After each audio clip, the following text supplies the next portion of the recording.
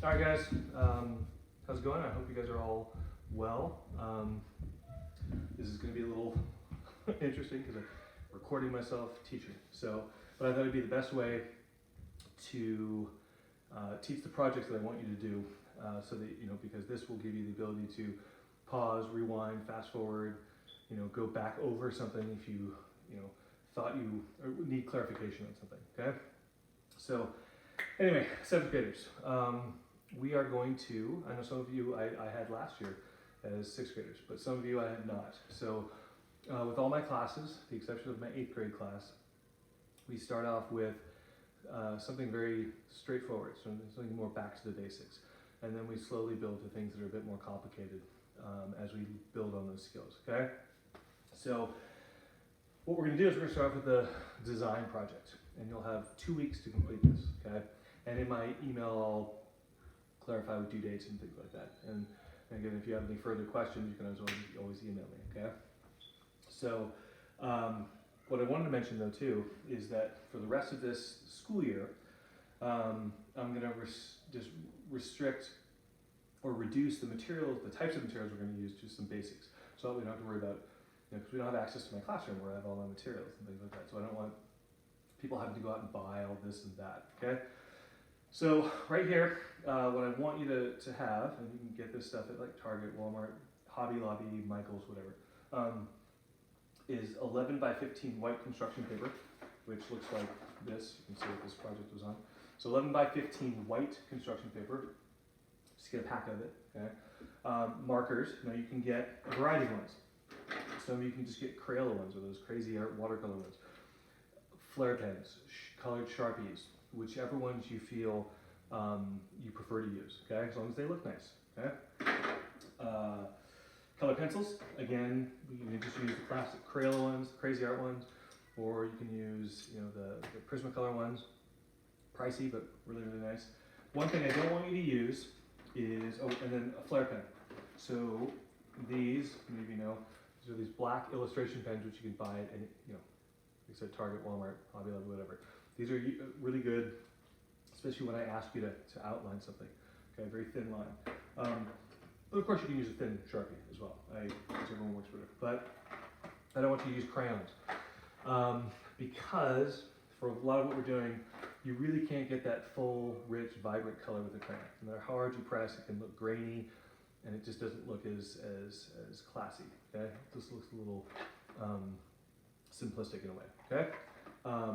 Anyway, you just can't get the range.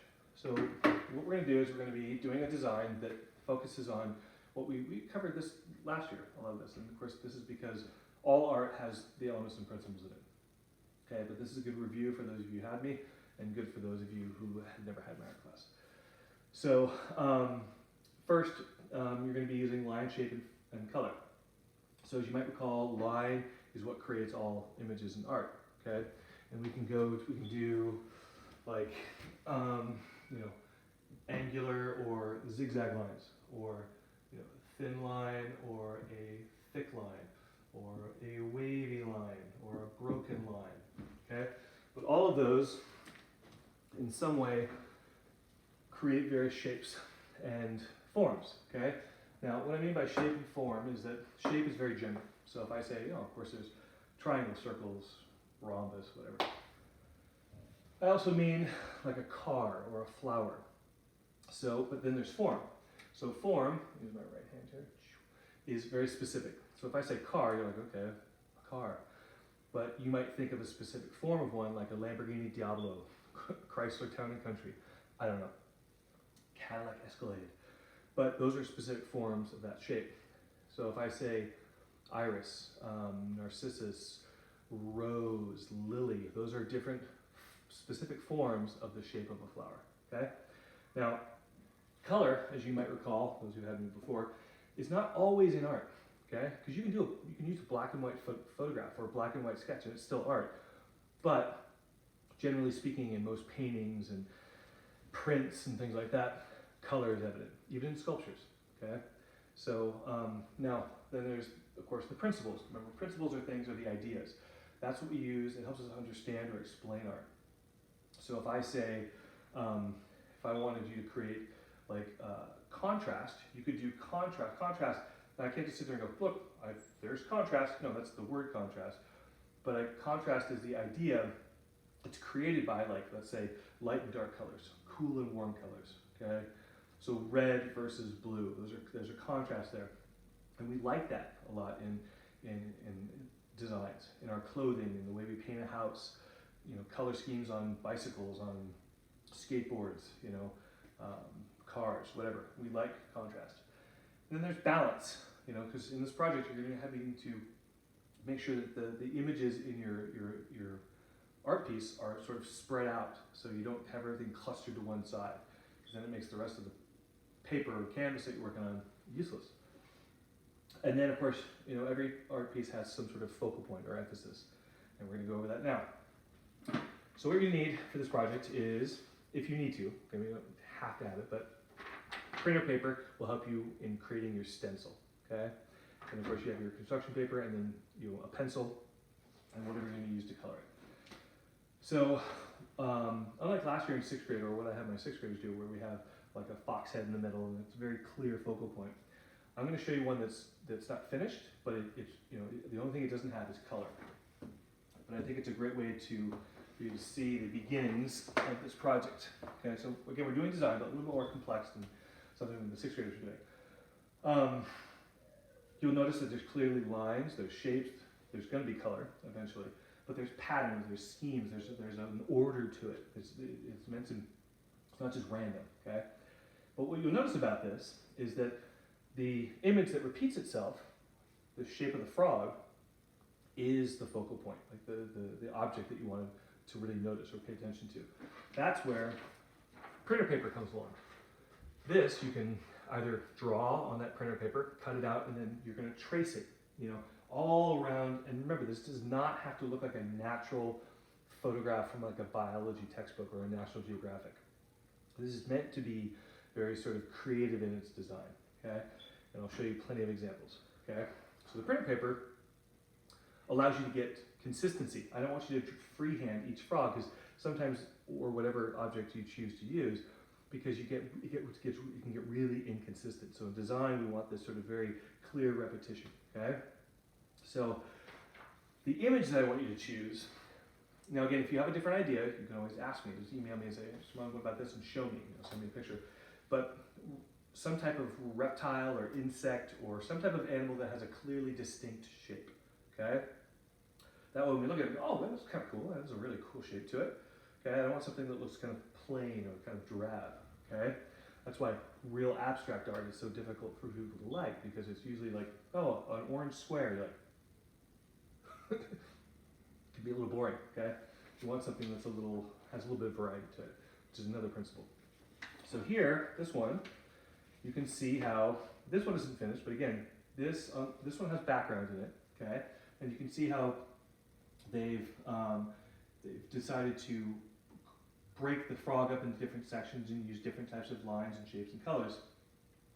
And then of course, what's funny about this one is they use like a Superman frog. But if you look at this one, you'll notice that the line shapes and patterns, some are kind of abstract, looks like this sort of almost 60s, 70s hippie look. But then, like tennis balls in here, they have basketballs, they have baseballs or fast pitch, softballs, soccer. They've gone for things that are a bit more concrete. Like you can oh, that's that specific thing. Whereas this is like, okay, that's kind of cool looking. Whereas this one you can go, oh, clouds, okay? Now here's a really good one done by a student a number of years ago. Scorpions. Now what I want to mention about this is that this is another good example of contrast. Because not only is the contrast in the shapes of the scorpion, okay, like different types of lines and patterns, like sharp lines versus wavy lines or soft lines, or like a cool color compared to a neutral color, or a cool color compared to a warm color. There's contrast in how it's colored. Now this one, even though it doesn't look like a natural photograph of real scorpions, the wavy lines in the background are supposed to kind of mimic sand, like when the wind blows the sand and creates the sort of natural ripples. But the background is colored softly. And then the scorpions are colored, they press really, really hard to get a nice intense color. So that creates contrast in tone, okay? This one An anglerfish.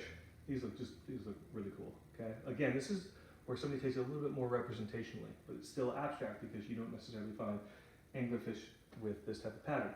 And what I like about this too is they use color pencil and they use watercolor in the background, which again is an option. Okay, I'm not opposed to different types of things like that. Here's one where someone did like a howling wolf head. Doesn't necessarily matter which way it goes.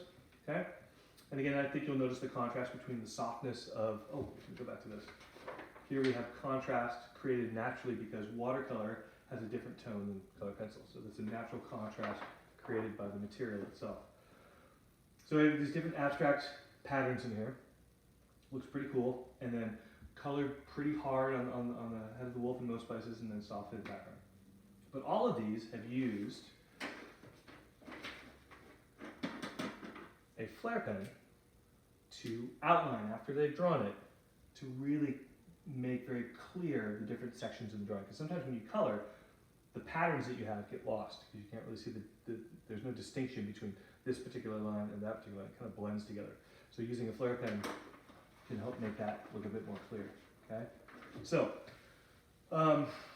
these are just different ideas. Okay, so we have somebody did cat's head, a cartoon cat. So it has to be something distinct. Notice how also these are traced all the way throughout. You want to spread that out so it has balance to it. You don't want to have all of the objects to one side because then it kind of tilts. You know, imagine that all of these things have weight. It would just kind of throw it off. And you just have all this empty space over here. It'd be kind of useless. Okay. You can. None of these have it so far. You can actually overlap the shapes. Okay. Have some of them traced off the edge. Okay. It doesn't have to look like they're all sitting inside of an aquarium or something like that. Okay. So you have 2 weeks to complete this. This isn't due for 2 weeks. Okay. So create a stencil. Okay. Make sure it's not too tiny. I don't want you tracing forever. I would say that this wolf head is probably the smallest you should go, and then the scorpion size is probably the biggest. You don't just have one object right there. Okay. Create a stencil. Trace it repeatedly throughout the image or the paper, and then come up with how are you going to put patterns in it. Okay. Are you going to break it up into different sections? Like, oh, I'm going to the stinger on the scorpion is going to be one section. The legs are going to be another section. Okay, how are you going to create those patterns and repetitious patterns? And then what are your color schemes? What kind of color patterns are you going to choose? Okay, how are you going to color? But I really want you to focus also on your craftsmanship. Make sure that when you're coloring, that you're taking your time, making it look smooth. Don't rush through it so that it looks like a scared cat is coloring or something like that, okay? Keep those color strokes as smooth as possible, okay? All right, so 2 weeks, this is your design project, okay? Take care, guys.